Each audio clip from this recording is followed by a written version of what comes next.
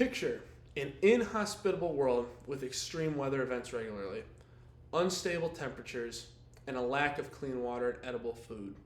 A world void of animals and green trees, or oceans dyed sludge brown with no life to be found. While this sounds like a world in a dystopian novel, it is not. It is a very real possibility of what our world could look like if in the near future we stand idly by and do not address the topic and issue of climate change.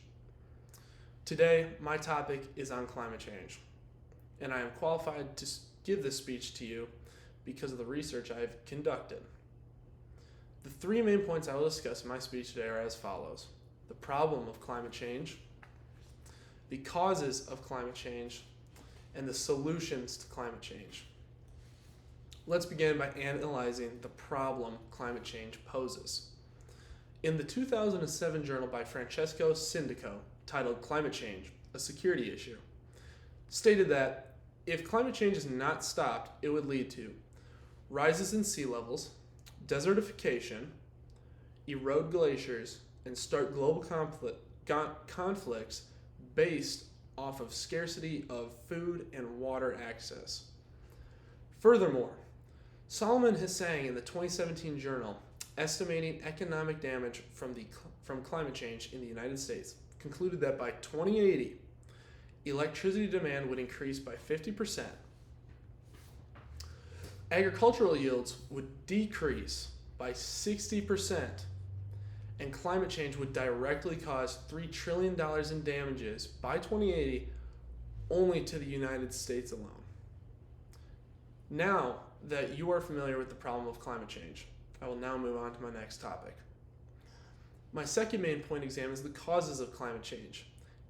In the 2020 article titled Global Carbon Budget by Pierre Fredlington, he found that some of the human causes of climate change to be fossil fuel emissions, such as those emitted from transportation, heating units, or cooling units, deforestation, the changes of land use, such as woods being transitioned into farmland, and mass clear cutting of areas, or ocean biodiversity loss, such as the loss of coral reefs and mangroves. Also, in the 2010 book 7 Theories of Climate Change by Joseph L. Bast, he suggested that climate change is caused by bioequilibrium, which is the world keeping the temperature in equilibrium via chemical processes. Also, due to ocean currents, which is such as the Atlantic thermohaline circulation, which circulates water in the Atlantic Ocean, or planetary motion, such as the orbit of Earth, or the changes in distances of the ellipse of Earth's orbit around the sun, or lastly, solar variability, which is variations in the sun's strength or solar wind changes. And now, since you now know about the causes of climate change, we'll now discuss our final topic. My third point is on the possible solutions to climate change. Colin Booth, in the 2012 book, Solutions for Climate Change, Challenges in the Built Environment, suggests that possible solutions to climate change to be reducing greenhouse gas emissions, increase in public transportation in public city settings, renewable energy sources that are not overconsumed or compromised, or limit city expansion. And lastly, in the 2016 journal, Nature-Based Solutions to Climate Change Mitigation and Adaptation in Urban Areas, Perspectives on Indicators, Knowledge Gaps, Barriers, and Opportunities for Action by Nadia Kabish.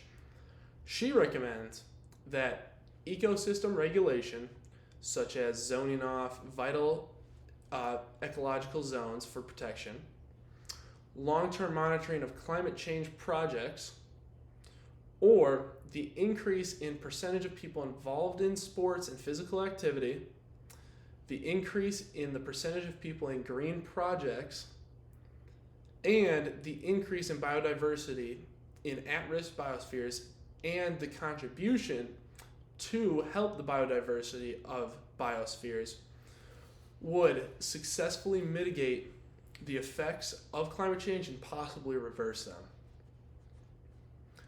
In conclusion today, I discussed with you the topic of climate change.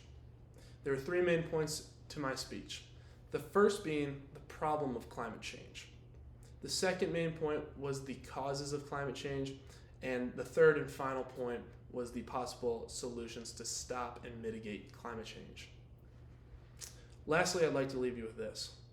If, as a worldwide population, we want to have a habitable planet for future generations, we must make the choice to actively become more conscientious of our global impact on the planet by reducing our emissions, increasing our reliance on public transportation, protecting essential areas of land and of our oceans, as well as to take a hard and decisive stance against the poisoning and contributing to the slow death of our collective home we know and love, Earth.